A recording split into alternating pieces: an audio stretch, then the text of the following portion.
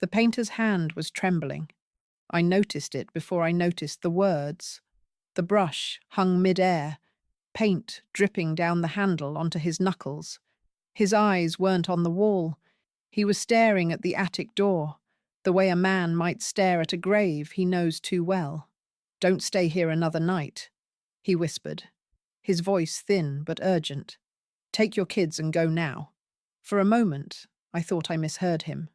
I wanted to laugh or scold, or at least ask what nonsense he was talking about.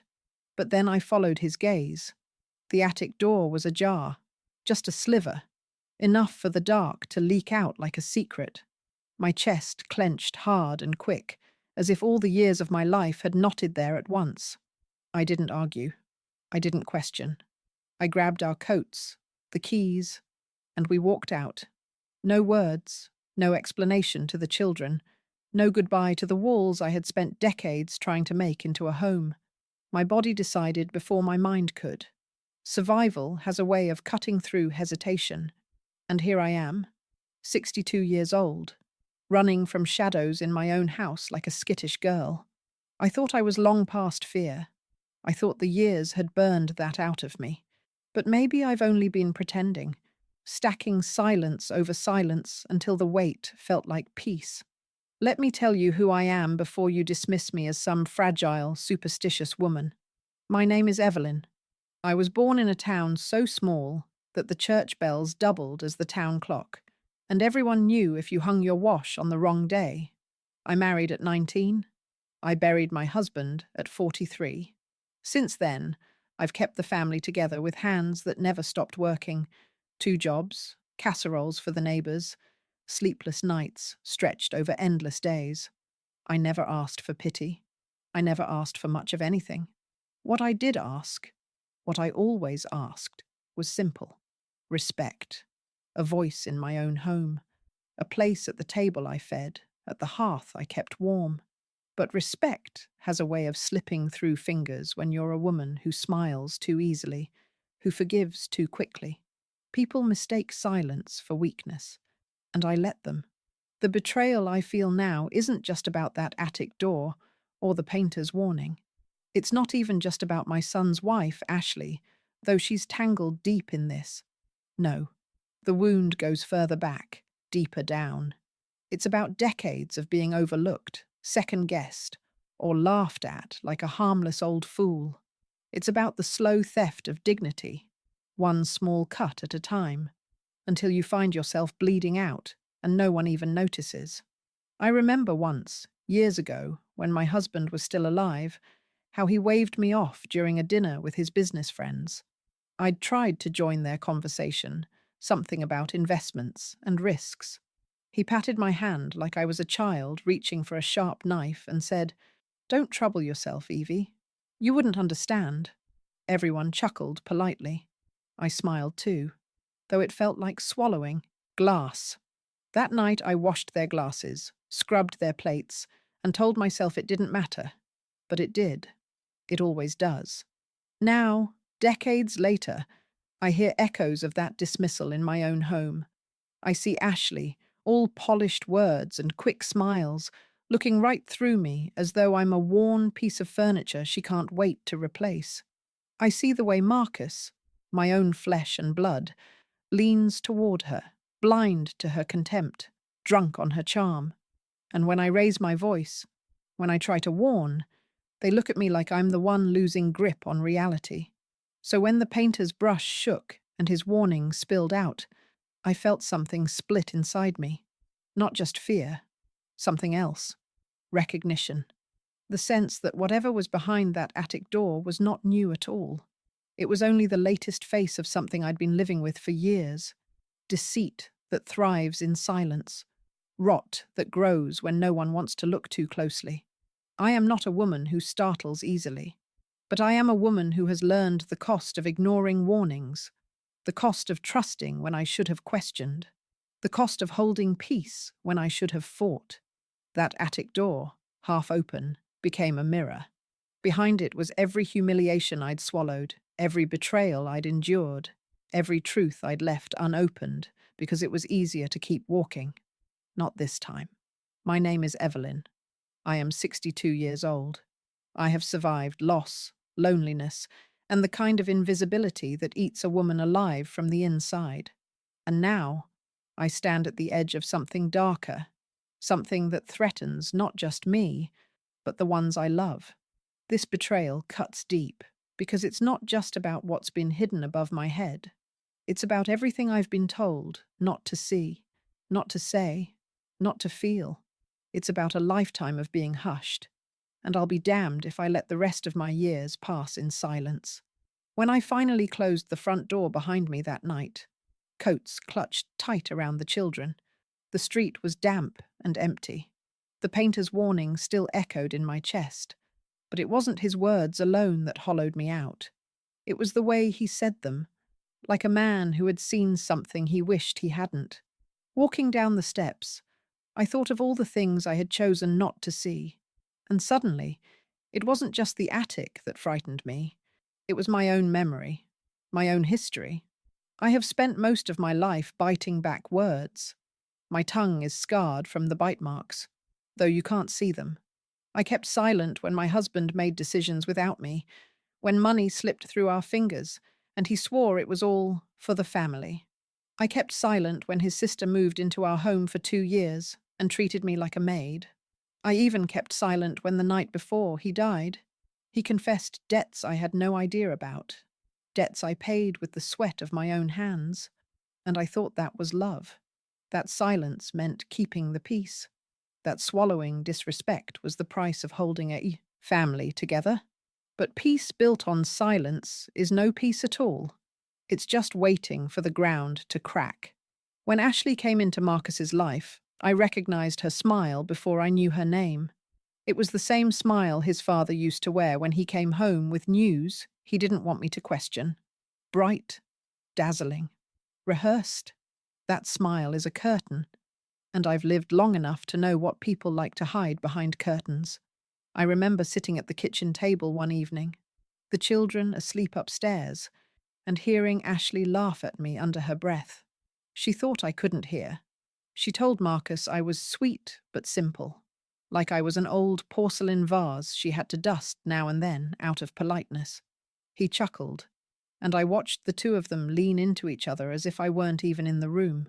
That moment broke something in me, though I didn't let it show, because in her words, I heard the echo of every time a man had waved me off, every time a friend called me too sensitive, every time I let myself be the quiet one, the easy one, the one who could take it. It isn't just my wound anymore. I see it repeating. I see it in the way Ashley rolls her eyes when her own daughter asks too many questions. I see it in the way Marcus dismisses his wife's tears with the same careless shrug his father once gave mine. Patterns passed down like heirlooms, poison disguised as tradition. And that's when the ache turns generational. It's not only about what I suffered, but about what these girls, my granddaughters, my daughter-in-law, will suffer if I do nothing. I see their futures in my past, and I cannot stomach it. You know, people like to romanticize endurance. They say women like me are strong for surviving betrayal, for holding our families together when the men faltered, for enduring humiliation without complaint. They call it resilience. But do you know what endurance really is? It's the art of disappearing while standing in plain sight. It's a kind of slow erasure, and by the time anyone notices, you've already been written out of your own story. That's what betrayal feels like. It's not always loud or violent. Sometimes it's small and constant, like a leak in the roof. Drip, drip, drip, until the whole house is rotten, and you're the only one who smells the mold. I see now that my silence didn't just protect the people I loved. It enabled the ones who hurt me. And worse, it taught my son to expect a woman's silence, to prefer it. Marcus thinks I don't notice, but I see the way his eyes dart to Ashley when I speak, waiting for her cue. I see the way he laughs at her jokes when they cut into me, too quick to be coincidence. He thinks I don't remember what it's like to be young and hungry for approval, but I do. And yet, I can't bring myself to hate him. How could I? He learned from watching me. He learned from the silences I handed down. That is my wound, my sin, and it festers in him, now. When I think of the attic, half open, I don't just see the dark. I see every truth I locked away, every suspicion I smothered, every instinct I drowned, because I thought being a good wife, a good mother, meant never asking too many questions. But I am too old now to keep carrying these ghosts, and if the painter was right, if that warning was more than a nervous man's superstition, then I cannot allow another night of silence. Not for me. Not for them. The wound is open now, and there's no stitching it back closed. I didn't plan the confrontation. It came out of me like a cough, sudden and impossible to hold back. It was 2 nights after the painter's warning. We'd returned to the house because Marcus insisted I was being ridiculous, that dragging the children out in the middle of the night had been irresponsible. He used that word, irresponsible. I bit my tongue until it almost bled. The house smelled the same as always. Polish, damp wood, the faint perfume Ashley leaves in every hallway. But to me, it was different. Every creak in the floorboards had teeth. Every shadow had a pulse. The attic door was closed now, but I could still feel it breathing above me, heavy as a storm cloud. That evening, after dinner, Ashley was leaning against the counter, a glass of wine in hand, the picture of effortless elegance. Marcus was stacking plates, a performance of domesticity he never bothered with when it was just me. They looked like a pair rehearsing for an audience, and I suppose I was it. I asked, calmly at first, "Did either of you go into the attic?" Marcus glanced up, frowning, then let out a small laugh. "The attic? No. Why would we?" Ashley didn't even look at me. She sipped her wine, her lips leaving a faint stain on the glass. "Maybe she's hearing things," she said softly, but loud enough. Her voice had that sing-song pity I've always hated. "I'm not hearing things," I snapped. "That painter saw something. He was afraid.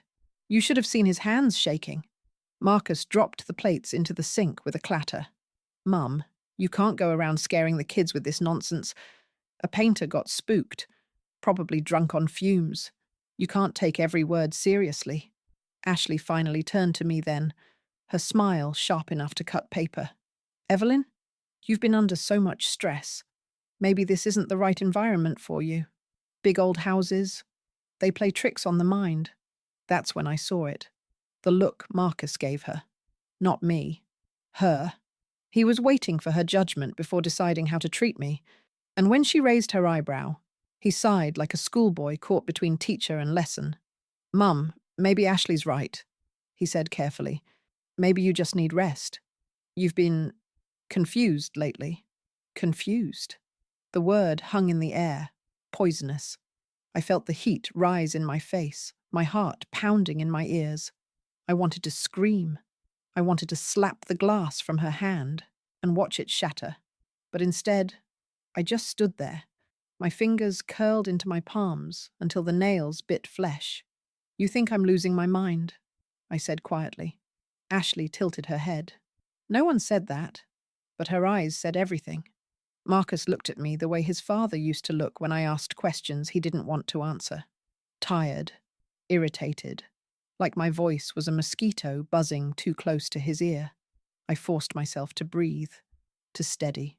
"I've lived in this house for 30 years, I said. "I know when something isn't right, and something isn't right." Marcus's jaw tightened. "Mum, enough." That was it. Enough. Conversation over. My years in this house, my instincts, my sacrifices, they all counted for nothing. I went quiet then. Not because I was defeated, though that's what they thought. I went quiet because I recognized the shape of the moment. This was how betrayal always looked at first. Small dismissals, soft gaslighting, a smirk from someone who thinks they already won. I'd seen it before. I'd lived it before. And this time, I wasn't going to let it bury me. As I watched Ashley swirl her wine, as I watched my son refuse to meet my eyes, something inside me solidified. It wasn't anger yet. It was steel, cooling in my veins. Let them think I was confused. Let them laugh behind my back. That's how they got careless. That's when the truth slipped out. So I bit down the fire in my throat, gathered the dishes from the table, and carried them to the sink. They thought I was retreating into the same old silence, but I was listening, and I was waiting, because the attic wasn't just in my head, and Ashley wasn't just a woman with a sharp tongue. I knew it in my bones, and I would find out the truth, no matter what it cost me. It happened late one night, after everyone had gone to bed. The silence of the house pressed in heavy, the kind that doesn't comfort, but suffocates. I couldn't sleep. Not with the attic crouched above me like some animal waiting to drop through the ceiling. I lit the small lamp on my bedside table and sat in the dark with my thoughts. The painter's words wouldn't leave me alone, and neither would Ashley's smile. A part of me wanted to believe Marcus was right, that I was just tired, letting grief and years of strain twist my perception. But then I thought of all the other times I'd been told the same thing, and how every single time I'd been right to question. By 2 in the morning, I was tired of doubting myself. I climbed the stairs, slow and careful, until I stood at the attic door. The wood was cool under my hand. I half expected it to resist, to stay locked the way so much of my life had, but it gave easily, swinging open on hinges that didn't even creak. The smell hit me first. Stale, chemical, wrong. Not dust, not mothballs. Something sharper.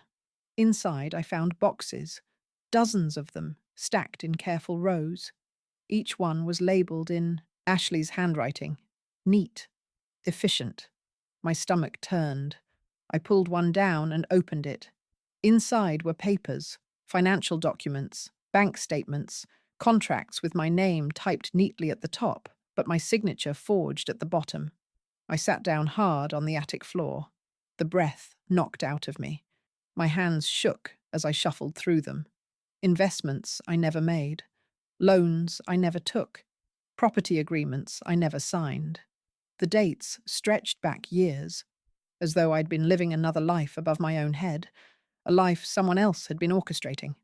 I whispered into the dark. Oh God. It wasn't just betrayal. It was theft. Identity. Security. Dignity.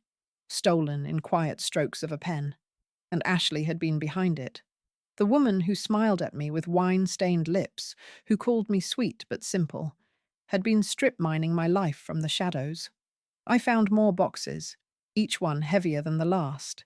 Credit cards I didn't know existed, maxed out in my name, a second mortgage application, and tucked in a smaller folder, correspondence, emails printed and saved, letters, her plans laid out like blueprints, her justifications careful, cold. She wasn't just cruel, she was deliberate. And Marcus, my own son, had signed his name beside hers. I wanted to scream. I wanted to tear the boxes apart and scatter the papers down the staircase like confetti. But I sat there instead, breathing through the rage, because with every page, every forged line, the truth sank deeper. This wasn't only about Ashley. This wasn't about her charm or her cruelty. Marcus had chosen this. My son had chosen this.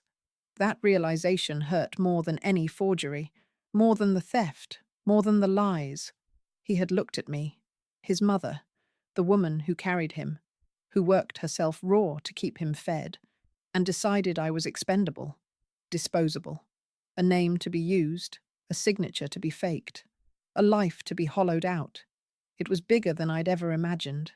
Not just betrayal of trust, but betrayal of blood. I sat there in the attic until dawn, the papers spread around me like gravestones. The house was quiet, but I felt every wall humming with deceit. For years I'd been worried about being invisible, forgotten. I never thought my own son would erase me on purpose. When the first light of morning slipped through the attic window, I stacked the papers back neatly. I put the box in its place, smoothed the dust from my skirt, and closed the door behind me. I didn't say a word to Ashley over breakfast. I didn't let Marcus see the fire burning behind my eyes. I stirred sugar into my tea with steady hands and listened to their chatter. They thought they were clever. They thought they were safe. But the attic had spoken. The truth was out. And I was done being erased. I used to believe that strength meant enduring, that if I just outlasted the storm, the sky would clear. But sitting at that breakfast table, watching Ashley butter toast with a hand that had signed away pieces of my life, I understood something new. Storms don't pass when you wait. They pass when you learn to strike lightning yourself. So I began to plan. I waited until the house emptied, Marcus at work, Ashley driving the children to school, and I returned to the attic. I catalogued every paper, every forged document, every scrap of evidence. I photographed them with the steadiness of a woman who has nothing left to lose. Each picture was a nail in their coffin, and I drove them in with quiet precision. I opened my old chest in the bedroom, the one I hadn't touched in years, and pulled out the tin box at the bottom. Inside were my records, the kind most people throw away, but I had kept. Tax returns, letters from the bank, even the deed to this house, proof of my hand, my real signature, my paper trail. I laid them side by side with Ashley's forgeries. The contrast was sharp. One was me, the other an imposter. And as I looked at them, I felt something almost like pride. They had underestimated me, just as everyone always had. They thought I was too soft, too simple, too old to see through them. But they forgot that silence teaches you to listen. Years of being dismissed had trained me to catch the smallest slip, the faintest whisper of deceit. I wasn't alone in this either. That evening, I asked my daughter-in-law, the younger woman Ashley had been so quick to belittle, to sit with me in the garden.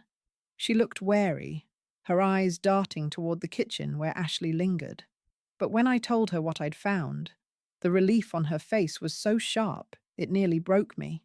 She'd suspected things. She'd seen accounts in Marcus's name she didn't understand, decisions made without her knowledge.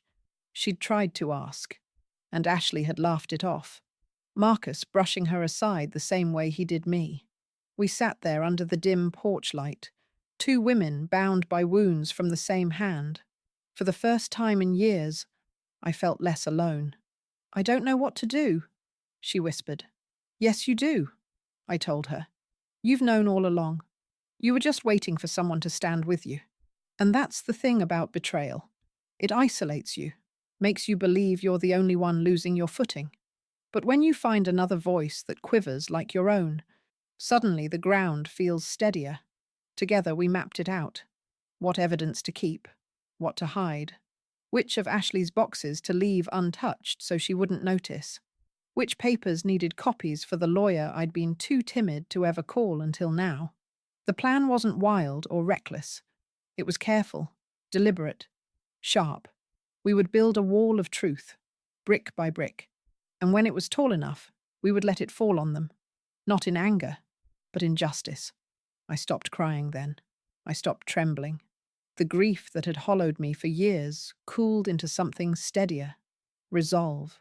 I thought of my mother, who once told me, "Dignity isn't given, it's taken back."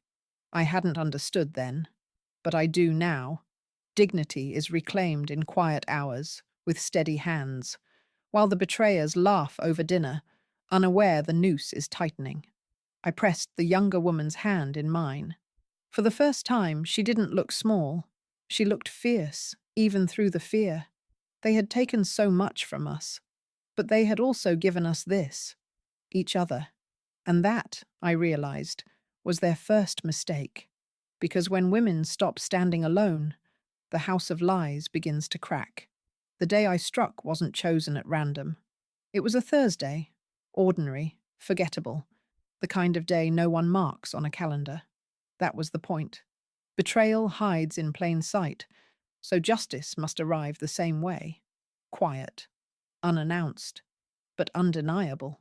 By then, I had a folder thick with evidence.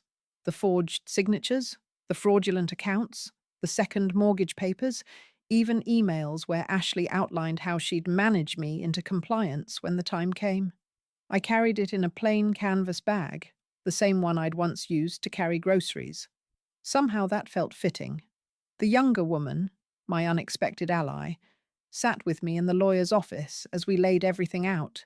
I had chosen a woman lawyer, someone who looked me straight in the eye instead of past me.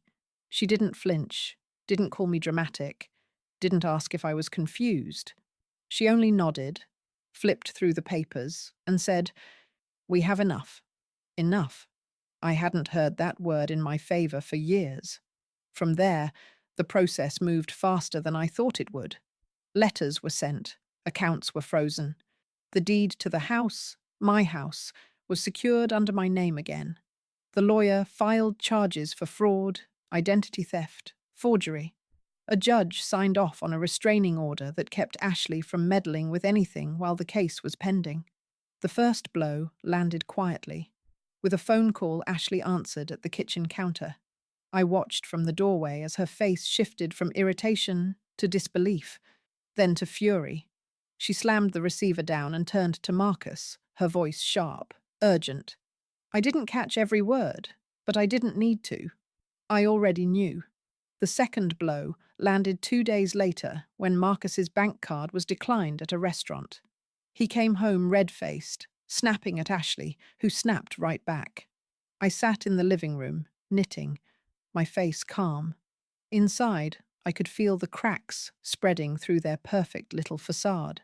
But the final strike, the one that broke them, came in the form of a court summons delivered by a sheriff at our front door.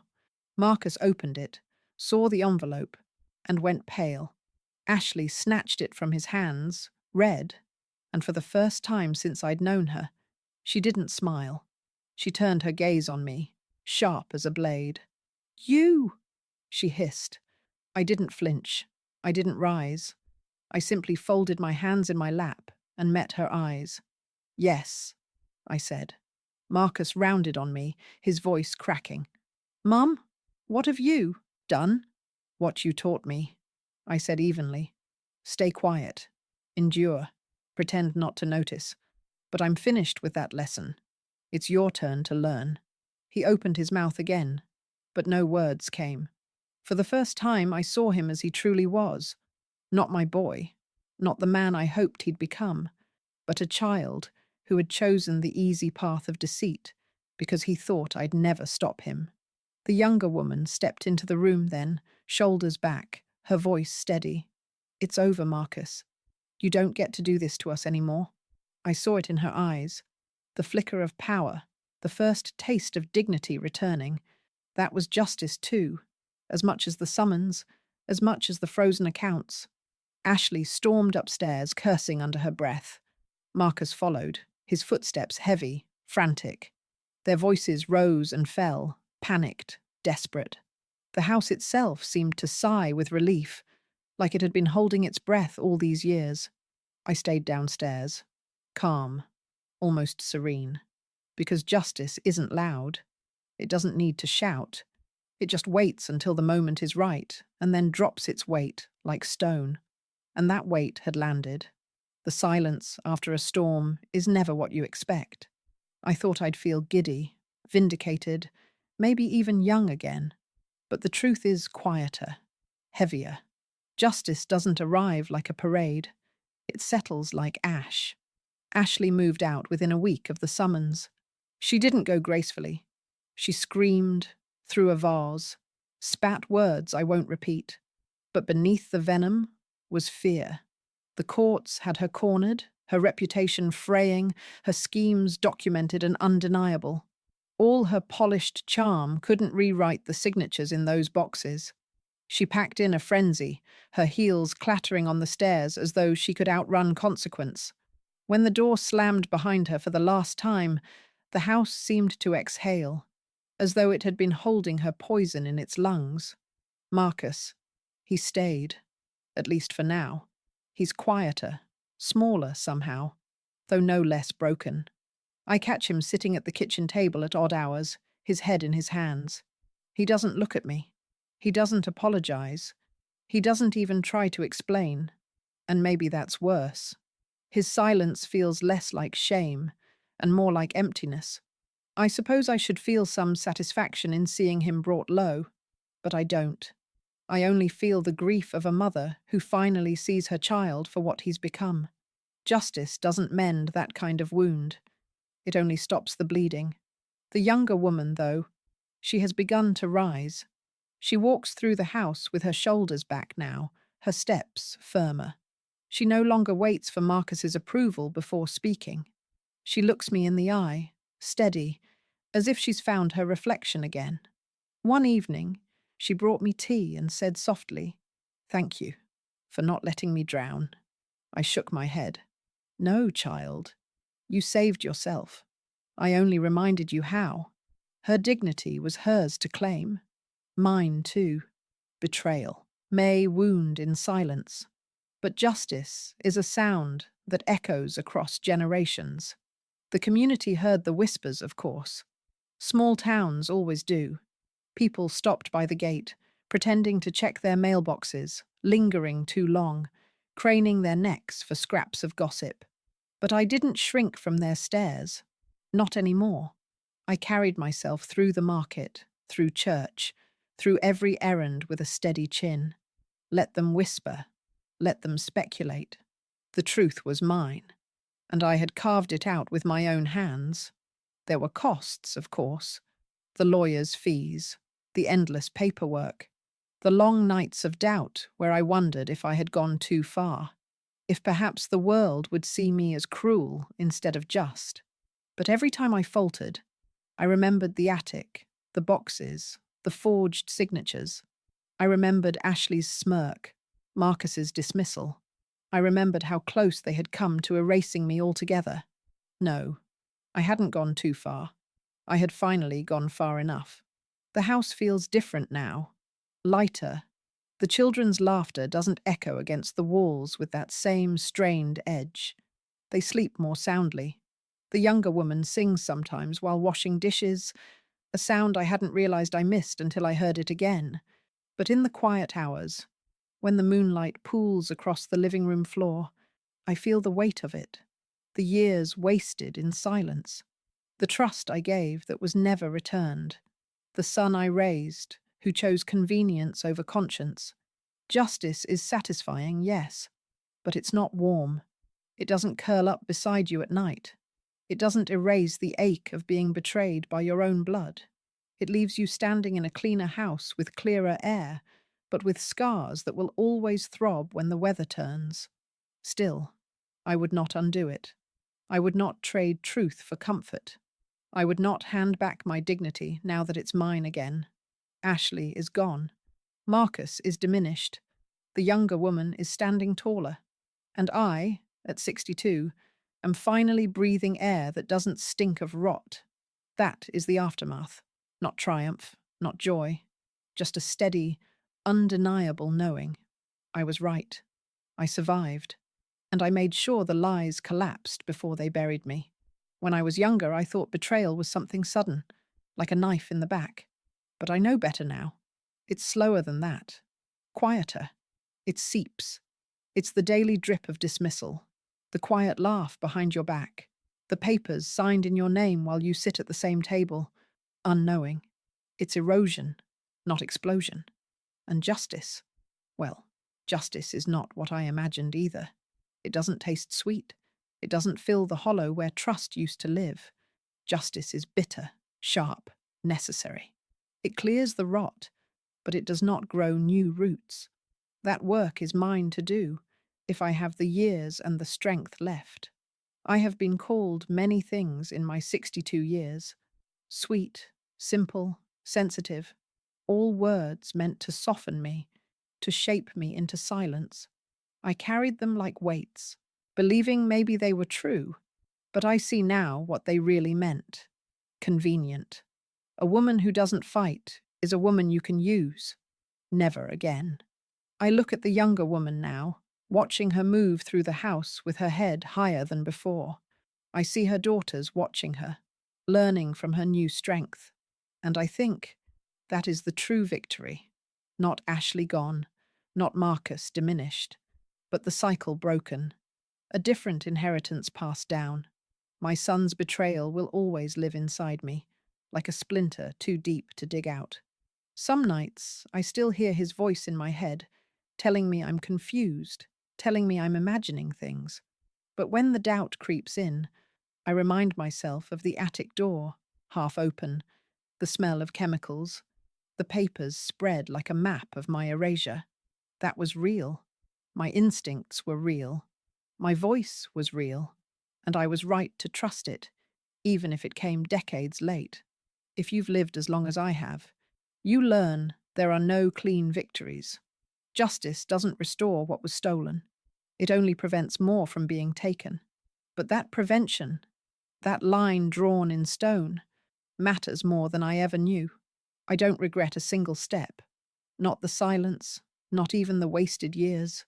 Because without them, I wouldn't have learned the shape of betrayal. And without that, I wouldn't have recognized the power of truth when I finally claimed it. The attic is empty now. The boxes are gone. The dust disturbed. The lies dragged into daylight. Sometimes I still glance up at the door when I pass the stairs. It stays closed. And for the first time in years, I feel no fear when I see it. There is peace in that, though not the kind I once sought.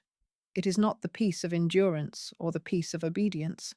It is the peace of having spoken, of having acted, of having refused to vanish quietly. And so I end here, not triumphant, not weeping, but steady, because I know now the truth that took me 62 years to understand. When a door stays half open too long, rot seeps in. Sometimes the only way to breathe again is to tear the whole house down